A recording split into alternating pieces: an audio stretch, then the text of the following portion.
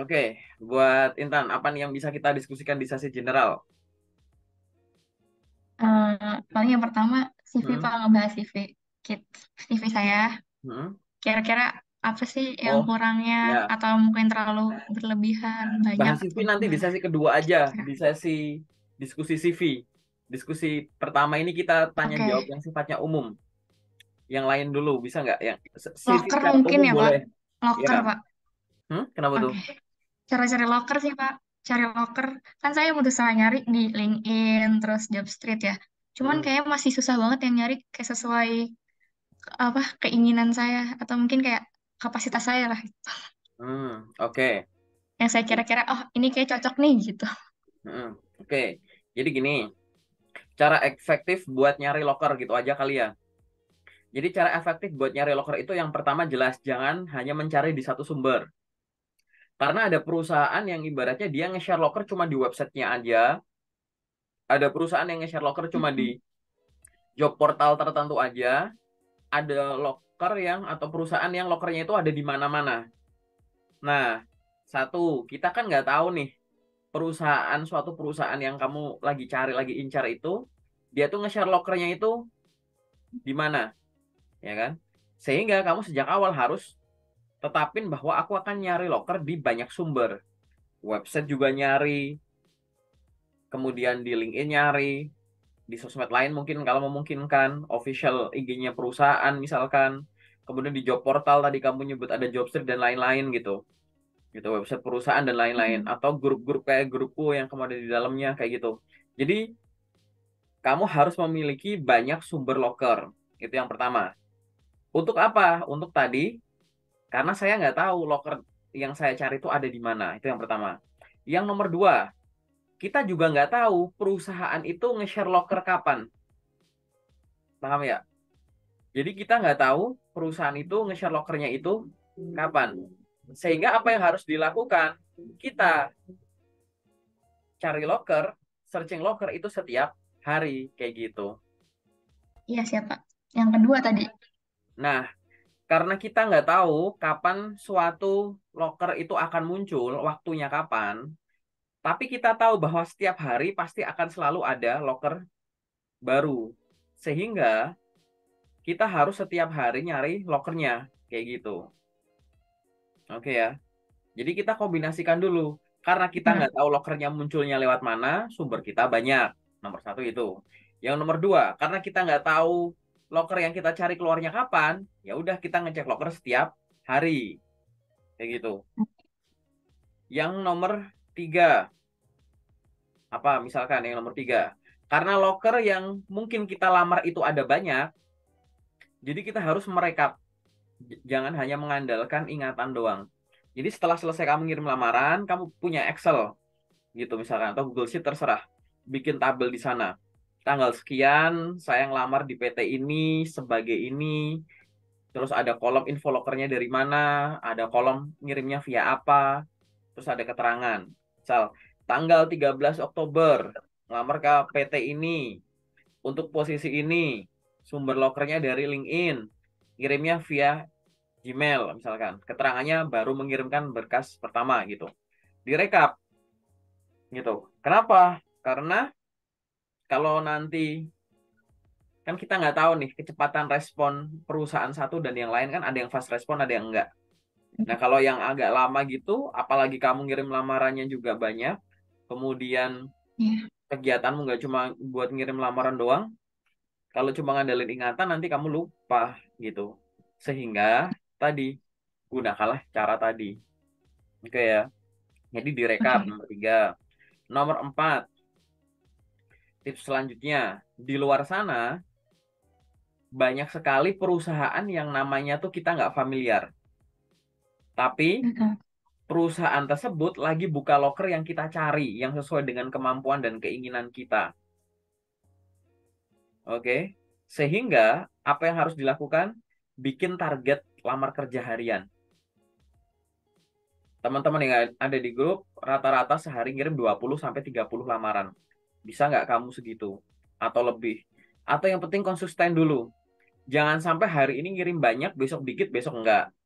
Besoknya banyak banget, besoknya enggak banget kayak gitu. Karena kita harus yakin bahwa di luar sana tuh perusahaan tuh banyak. Cuma kita belum familiar aja. Nah, kebetulan perusahaan yang banyak itu, kita harus boleh duga dong, kalau mereka juga lagi buka loker sesuai dengan yang kita cari, kayak gitu. Sehingga ditargetin, aku sehari harus ngirim sekian lamaran. Minimal 5 dari LinkedIn, 5 dari Jobstreet, 5 dari grup WA aku misalkan, 5 dari website perusahaan. Berarti udah 20 tuh. Itu kalau 5, kalau 6, udah 30, kalau 7, udah lebih lagi. Gitu. Oke, itu adalah yang harus Oke, dilakukan. siap, Pak. Kayak begitu. Itu yang berkaitan dengan jangka pendek. Hubungannya sama teknis nyari aja tiap hari. Nah, nanti kalau untuk yang jangka panjang, apa yang harus dilakukan? Satu, diskusi atau konsultasi dengan orang yang ya mungkin lebih tahu lah terkait dengan tips dan trik cara nyari loker tertentu, ngarahin minatmu gitu. Bisa sama teman senior, sama aku boleh, sama siapapun kalau ada coach-coach siapapun gitu. Harus diskusi. Jangan cuma ngirim-ngirim-ngirim, nanti kalau nggak ada diskusi, nggak ada evaluasi. Nanti adanya ngeluh gitu kan. Oh, aku udah ngirim banyak tapi kok nggak ada yang sesuai, kok nggak ada yang manggil, kayak gitu kan. Oke, itu yang pertama. Jadi Siap, harus Pak. ada evaluasi rutin. Yang nomor dua adalah evaluasi diri. Maksudnya evaluasi diri itu gini. Barangkali ada loker yang kamu pengen banget, tapi kamu belum memiliki kemampuan yang dibutuhkan. Jadi kan nanti kan ada yang namanya yang kamu pengen dan yang kamu bisa. Nah, loker Iya. itu kan harusnya yang mengandung dua ini, yang kamu pengen dan yang kamu bisa. Jangan sampai nanti kamu nyari loker yang kamu pengen, padahal kamu nggak bisa. Mm. Nanti akhirnya ya di CV-mu ngirim-ngirim-ngirim gitu nggak ada nggak ini nggak bisa gini gitu. Atau dikasih kesempatan interview waktu ditanya kamu udah pernah gini belum, bisa ini nggak apa belum gini. Nah itu. Jadi loker itu kalau bisa ya berasal dari dua hal ini, yang kamu pengen dan yang kamu bisa, bukan salah satunya. Ada orang yang bisa tapi dia nggak pengen. Misalkan dia habis menempuh pendidikan tertentu, terus ngomong, aku nyari loker di luar jurusanku, aku salah jurusan gitu. Padahal dia lulus juga kumlot gitu ibaratnya. Nah itu, berarti kan dia sebenarnya bisa, tapi dia nggak ingin, tidak menginginkan itu. Itu Mm. juga dilema juga gitu. Walaupun nanti ada skenario-skenario lain, misalkan pendidikan nggak harus pendidikan formal, ada pendidikan non formal dan lain-lain gitu. Tapi tetap untuk mempermudah itu. Sehingga apa? Nanti coba evaluasi diri. Kamu bikin daftar gitu, Tan. Misalkan 10 profesi yang saya inginkan gitu. Wah, tulis. Dari 10 profesi yang kamu inginkan itu, masing-masing kamu evaluasi skill yang dibutuhkan, pengetahuan, keterampilan yang dibutuhkan gitu. Jadi nanti masing-masing misalkan nih ya, aku pengen jadi A. Nah, misalkan kamu pengen jadi A, nanti kamu analisis tuh tugas dan tanggung jawabnya begini dan lain-lain dihubungkan dengan kamu bisa gini gitu nggak, pernah gini gitu nggak berkaitan dengan A gitu. Nah, nanti ya kalau udah kayak begitu, nanti evaluasi skillmu. Mana skill yang kamu udah punya, udah kuasai dengan baik untuk A. Diapain? Ya pertahankan, tingkatkan gitu. Mana skill yang dibutuhkan untuk A, tapi kamu masih basic, masih belum terlatih gitu. Masih pelan-pelan, masih ngerjainnya dikit-dikit gitu. Nah, itu harus diluangkan waktu untuk dilatih gitu. Mana skill yang dibutuhkan untuk posisi A, tapi kamu belum bisa, belum pernah, malah baru denger. Berarti kamu harus ngeluangin waktu untuk belajar gitu. Jangka panjangnya gitu. Jadi setiap harinya selain kamu sibuk melamar kerja, kamu harus sibuk pengembangan diri. Pengembangan diri apa ya tadi? Mempertahankan atau meningkatkan yang kamu udah bisa, melatih yang kamu bisa tapi belum terlatih, dan belajar yang sama sekali kamu belum pernah, belum tahu. Padahal dibutuhkan untuk posisi itu. Nah, perlakukan itu ke loker-loker yang lain, ke posisi-posisi lain yang kamu incar, sambil tetap tadi rutinitas kerja jalannya kayak yang tadi itu, yang 4 pertama itu. Paham kan? Gitu. Nah, itu nanti Iya, kalau Pak. kamu bisa kayak gitu, udah nanti tinggal nunggu waktu buat panen panggilan aja sih. Gitu. Biasanya begitu, itu saran-sarannya gitu kan. Mungkin ada tanggapan atau pertanyaan lain boleh silahkan. Eh, ada nih, Pak. Kan aku udah lulus S2 ya. Hmm, Tapi dari segi pengalaman, aku tuh masih hitungannya minim banget di dunia industri pekerjaan. hmm, Karena biasanya aku kan lebih banyak di kampus kan, Hmm. ikut dosen, penelitian dan lain-lain. Nah, terus bingung juga kayak ngerasa nggak pede kalau misalkan kayak mau daftar ini kira-kira gimana ya, kan biasanya banyak tuh lowongan yang basic experience-nya berapa tahun, 2 tahun, sedangkan aku nggak punya di sana gitu. Terus aku udah S2 jadi kayak malu gitu nggak punya pengalaman. Oke. Jadi sebenarnya gini ya, setiap orang tuh harus pede dengan semua pengalaman yang dia miliki, harus gitu. Karena nanti kalau nggak pede dengan kemampuannya, itu tingkat pendidikan apapun tuh selalu ada alasan untuk malu atau untuk insecure. Kita pendidikannya rendah, wah ini kurang nih, pendidikanku kurang, lebih tinggi, wah ini nggak bisa, tinggi lagi, wah ini banyak kompetitornya, aku harus sekolah lagi, wah aku nggak ada pengalaman, nanti makin tinggi lagi, wah pendidikanku kan ini, masa aku nyari loker kayak begitu, ah udah kayak gitu, nggak ada yang cocok akhirnya gitu. Selalu akan ada alasan untuk hal-hal semacam itu, penghambat-penghambat begitu.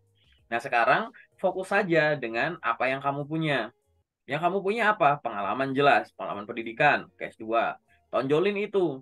Selama menempuh pendidikan kan nggak cuma kuliah aja, pasti ada kegiatan-kegiatan macam-macam. Bisa organisasi, kepanitiaan, kamu jadi asisten dosen, ada project ini itu, ada perlombaan mungkin, ada volunteer ini itu.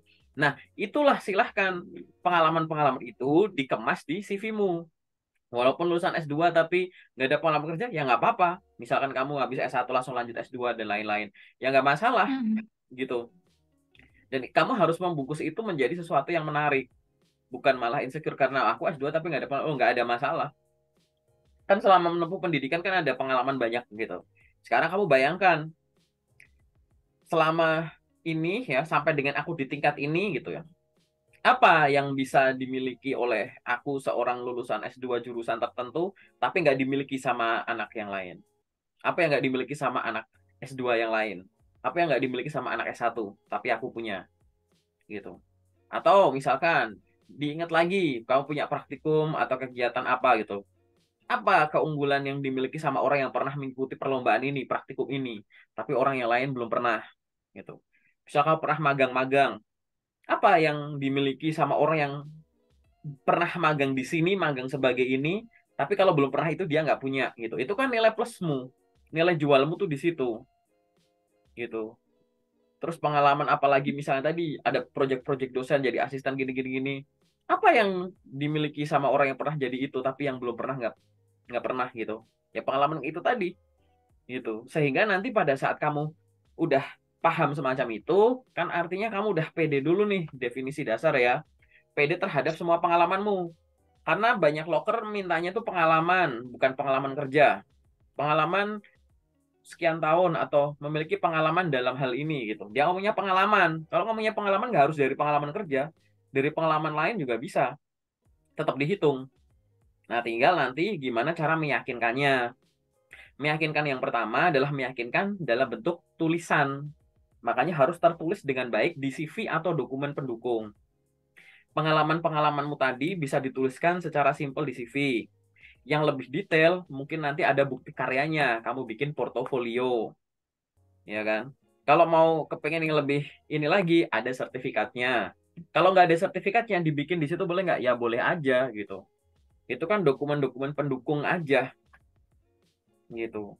Ada lamaran portofolio gitu atau lampiran-lampiran sertifikat gitu-gitu. Boleh nggak? Boleh. Itu artinya kamu berusaha untuk meyakinkan perusahaan lewat sesuatu yang ditulis. Nah, nanti tinggal pelajari tahap rekrutmen, begitu ada kesempatan untuk interview. Nah, di situ kesempatan yang selanjutnya. Kalau tadinya kamu udah memberikan impresi bagus secara tertulis saat interview, gitu, munculkanlah kesan baik tadi bahwa kamu cocok untuk posisi ini secara lisan. Kalau kamu udah lolos sampai tahap interview, artinya di atas kertas kamu udah meyakinkan. Harusnya tinggal ditambahin aja tuh. Jangan sampai eh, kontra gitu. Loh, kamu meyakinkan di tulisan, begitu ditanya kamu nggak pede gitu. Nah, itu jangan sampai terjadi. Interview itu menyampaikan informasi. Berarti kamu harus kuat dalam menyampaikan, kamu harus kuat dari sisi informasi. Sisi informasi artinya, ya banyak baca, riset soal perusahaan, riset soal posisi yang dilamar, familiar dengan pertanyaan interview yang biasa muncul gitu. Baca ulang CV dan dokumen pendukung. Tapi kan tadi menyampaikan informasi, ini informasi ya. Dari menyampaikan apa? Praktek ngomong. Tingkatkan jam terbang untuk ngomong, latihan ngomong. Nggak bisa cuma nonton, dengerin itu nggak bisa. Harus latihan secara ngomong, diajarin. Ya nanti kayak yang aku ajarin biasanya gitu boleh, itu praktek kayak gitu harus itu. Nanti itu akhirnya untuk apa ya tadi?